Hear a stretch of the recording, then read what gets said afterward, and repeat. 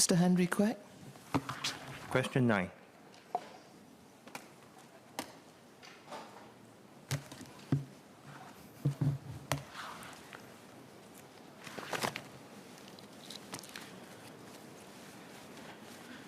Madam Deputy Speaker, CPF interest rates are pegged to returns on investments of comparable risk and duration in the market. Ordinary account or OA savings is in a liquid account that can be withdrawn at any time for home purchases, for servicing of mortgage loans, or other specified purposes such as investments. Minister, maybe I just want to check, are you taking questions 9 and 10 together? Oh, yes. Yeah. Sorry, that switch from energy to CPF, I understand. It's actually quite a significant switch. So can I take, can I take question 9 and 10 together? Thank you. Please do. Yeah, thank you. I apologize. Okay, so the ordinary account or OA savings is in a liquid account that can be withdrawn at any time for home purchases, for the servicing of mortgage loans, or other specified purposes such as investments. Thus, the ordinary account, the OA interest rate, is pegged to the 3-month average fixed deposit and savings rates of our 3 major local banks, which are DBS, UOB, and OCBC. These 3 banks have a larger share of domestic deposits than other banks.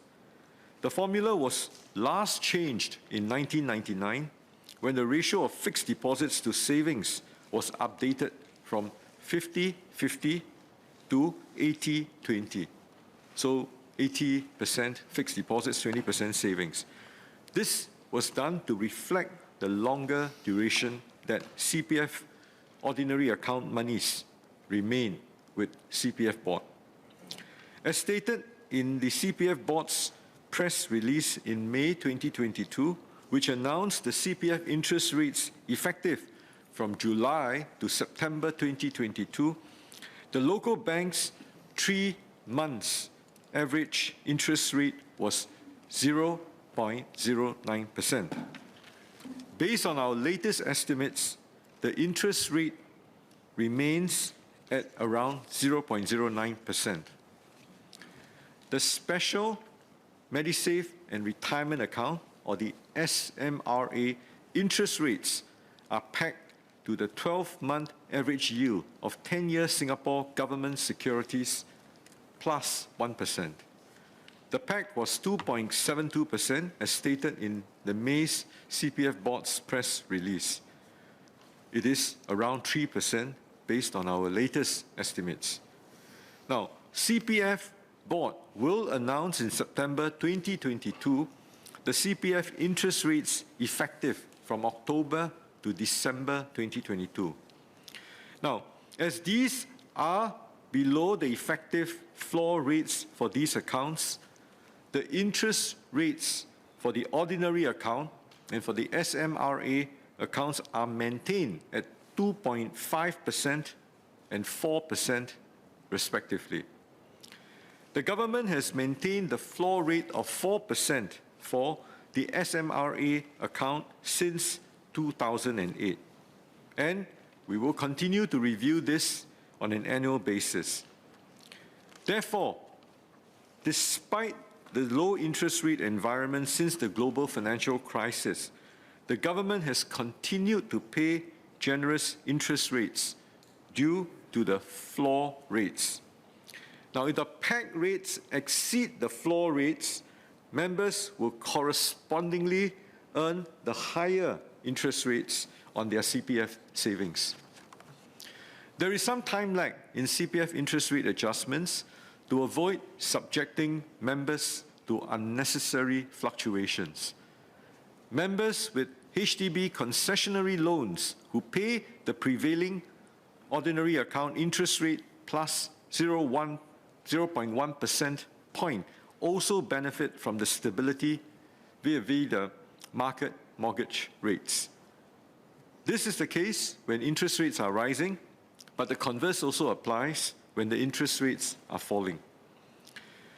The government will continue to pay the 1% of extra interest on the first $60,000 of members' combined CPF balances, as well as an additional 1% on the first $30,000 of post-55 members' combined CPF balances to help boost their retirement savings.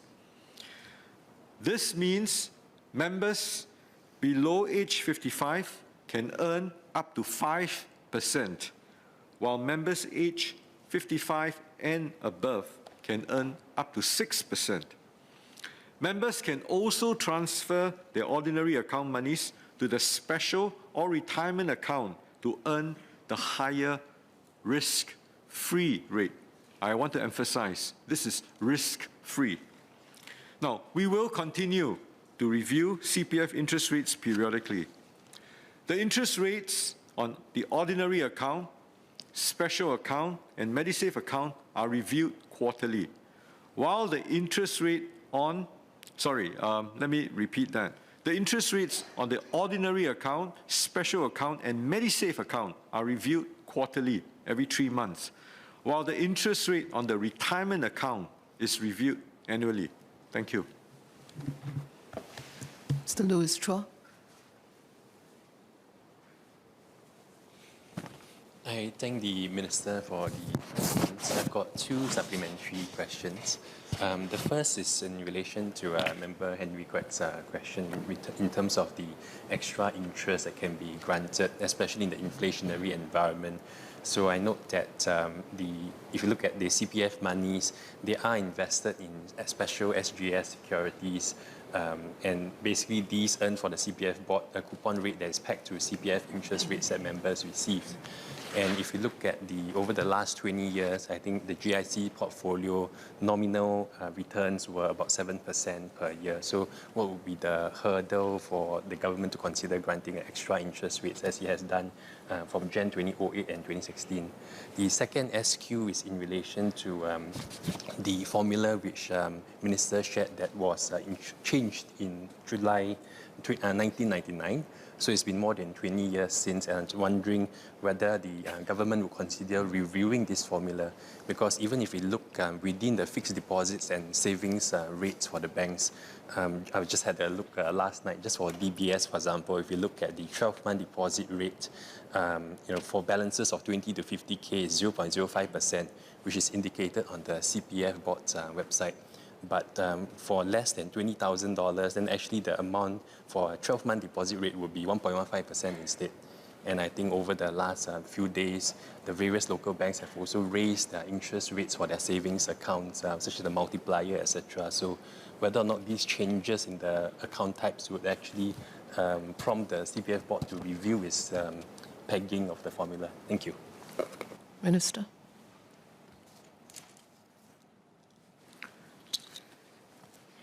I thank the member for his 2 supplementary questions. I think, let me put this into a broader perspective. And we also welcome suggestions. And many of the policies are also decided by an advisory panel and a board as well. Now, the CPF system is aimed at giving members over the long term, over the longer horizon, better security in retirement and old age. I think what the member was alluding to in terms of all of these bank accounts, multiplier accounts, and so on, these are very short-term, volatile instruments. I don't want to sort of belabor the point in taking up too much time to go into an extended discussion on this thing itself. So, like I said, the emphasis is really on long-term. So, for us, in being custodians of members' monies, we take a very long-term view in providing members with a fair rate of return. The CPF interest rates, I want to re-emphasize this, continues to be attractive. Members below age 55 can earn up to 5%, while members age 55 and above can earn up to 6%.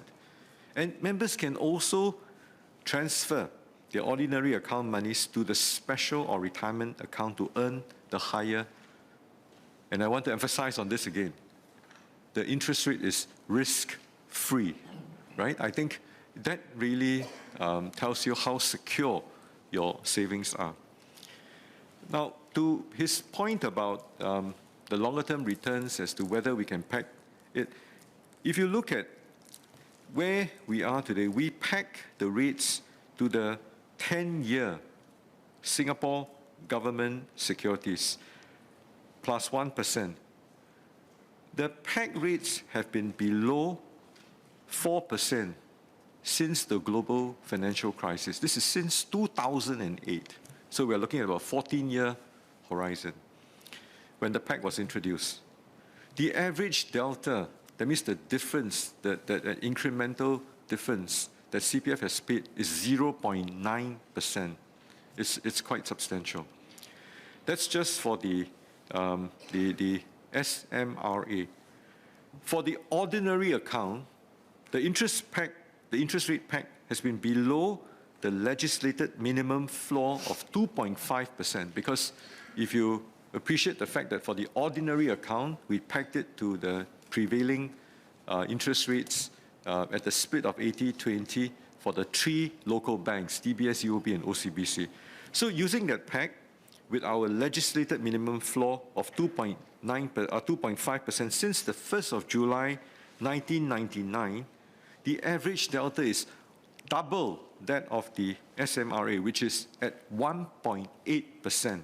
And again, I want to emphasize to the honourable member, Mr. Louis Chua, that this is risk-free.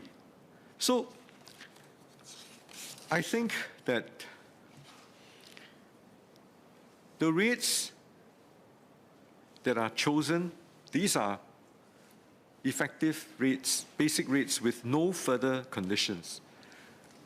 What you were talking about earlier on in terms of the bank's promotional deposit rates, they are contingent on customers providing fresh funds, or they are only valid for a limited period or for a limited amount of deposits. Let's just take, for example, the DBS multiplier account.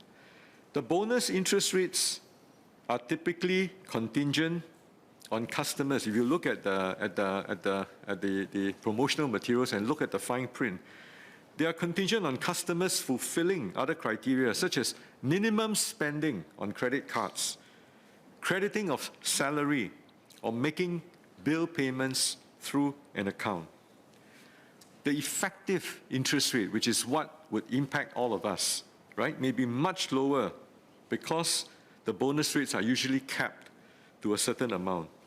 So I think, in other words, as financial advisors, I think it behooves us to actually be very transparent to all of our clients that they are not, these benefits are not uniformly applicable to all balances of all the depositors. Thank you.